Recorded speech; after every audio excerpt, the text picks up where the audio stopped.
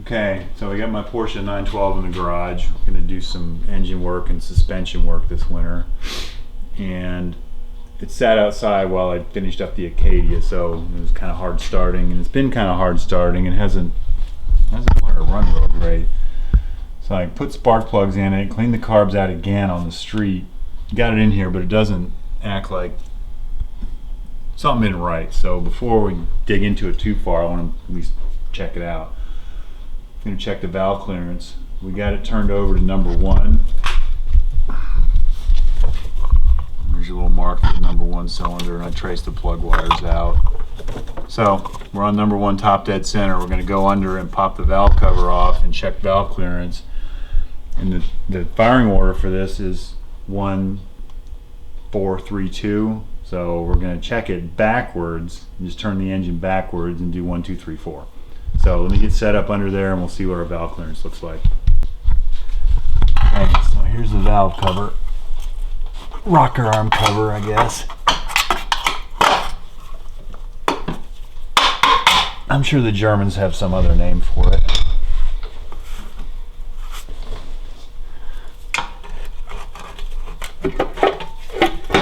And oil runs out. That means oil's been there, so that's good. Okay, so this is number 1.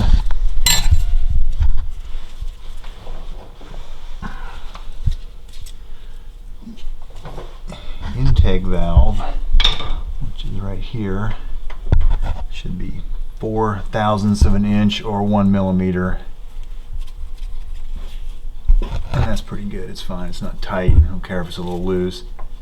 There's the exhaust valve. That should be about 6 thousandths or 1.5 millimeters.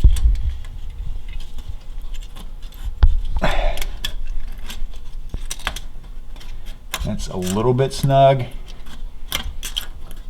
I might actually loosen that up. This end, I did run this to get in here. It's not hot, but it's a little bit warm. I may run through the rest of them, and if I don't see anything blatantly I may not mess with them, because I want to pull this out and clean it up and do some other work. So let's spin the crankshaft backwards, and you can watch I'll go around 90 degrees, and number 2 cylinder should come to top dead center.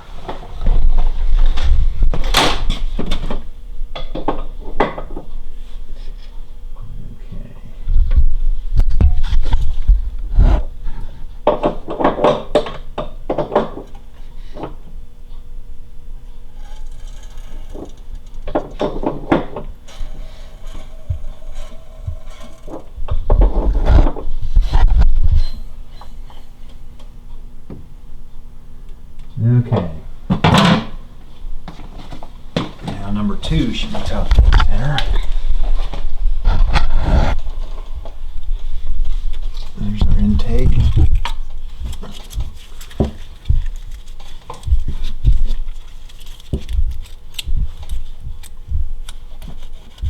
Good enough.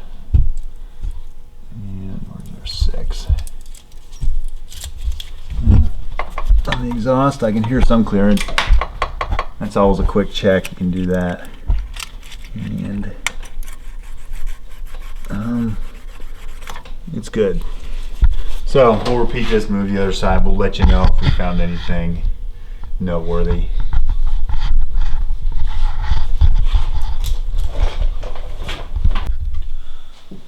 Alright, so we looked at the valve clearance. Everything looked alright. Anyway, the whole goal of this was to pull this engine out, and I want to check the top end, and we'll get to that when we get to that. But for right now, we're gonna go and drop the engine, and it's pretty easy in these cars. The generator has 3 wires, which I've already labeled, and I have disconnected the battery.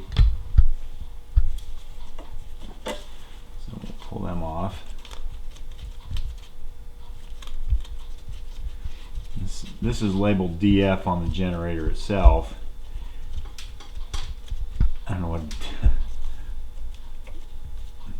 what the D means, but I'm assuming it's field because it's a generator. And the next one is DP plus. It's probably German. Anyway, so there's the ring terminal there. We'll get that one off. These are all, I think, 8mm nuts. So drop that one. And then D minus is right here, which it's right to the case. So I'm assuming it's the ground. And I think that's a fork. Yep. So that'll pull out of the way. The fuel line coming into the fuel pump. Just a good old hose clamp, which is loose as a goose. That may have been part of our running problems. Get that out of the way. The coil, I just labeled these left and right as I'm looking at them, plus and minus. That comes off.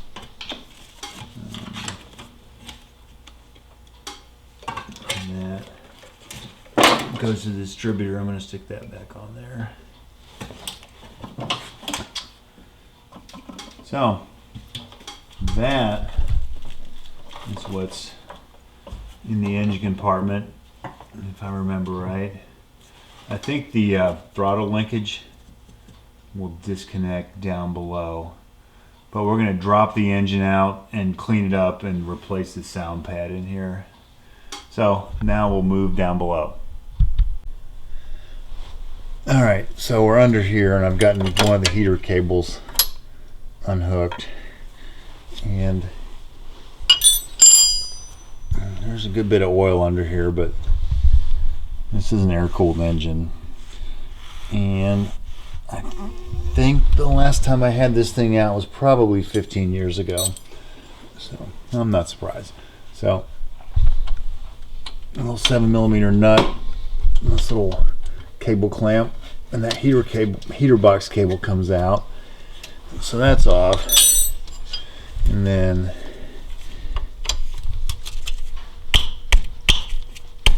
the engine and transmission mate with 4 bolts. And there's 4 studs in the case. They're 17mm, 2 on the bottom. There's one there, one kind of over here behind the clutch linkage.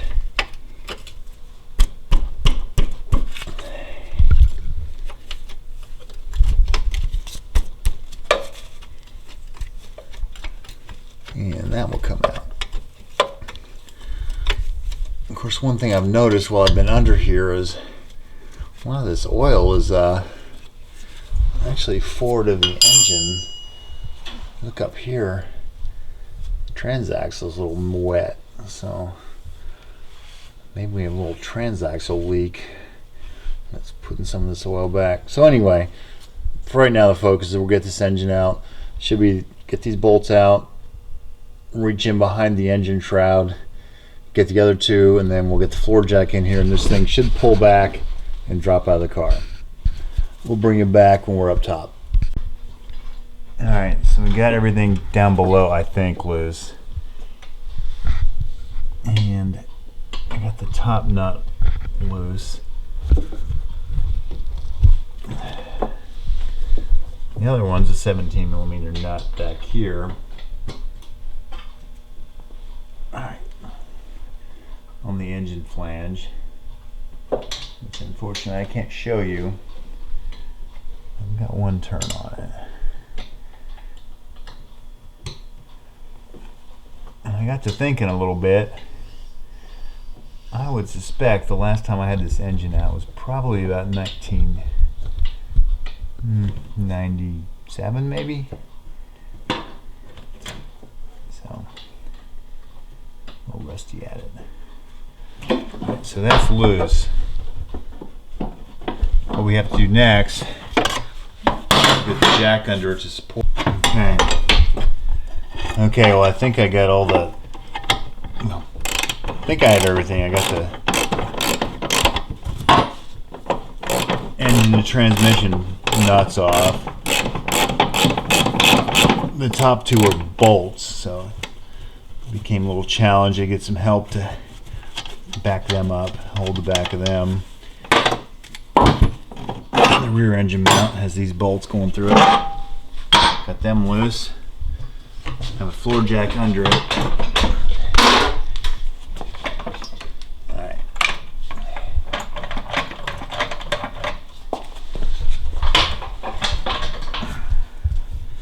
I think this may be the first time ever I've been able to do this with a lift. So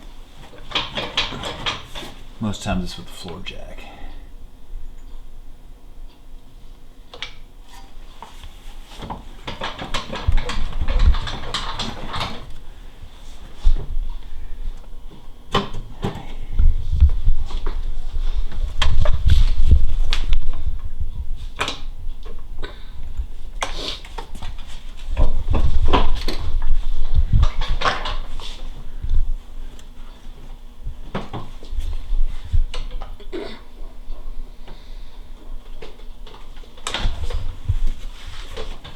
Alright,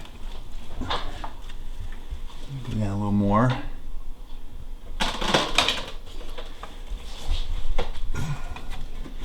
Okay,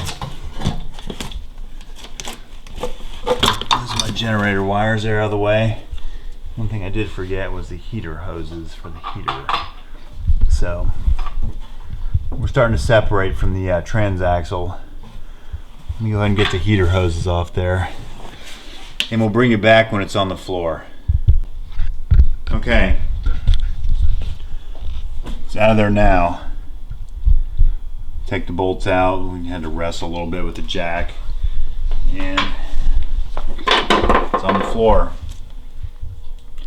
So next step, we'll get it up on something and pull some of this tin off.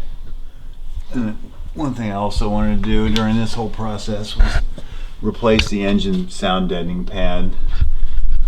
Replaced that back in the 90s. That was some J.C. Whitney stuff with the foil on it. Because at the time in college I couldn't afford the real Porsche stuff. So most of the foil fell off that, and I was afraid it was going to get stuck on the engine cooling inlet. So I peeled most of that off. But so maybe I can afford the real Porsche stuff, and we'll replace all that. Then we're going to pull this off and kind of clean some of this up and go through the top end. Alright, see you next time.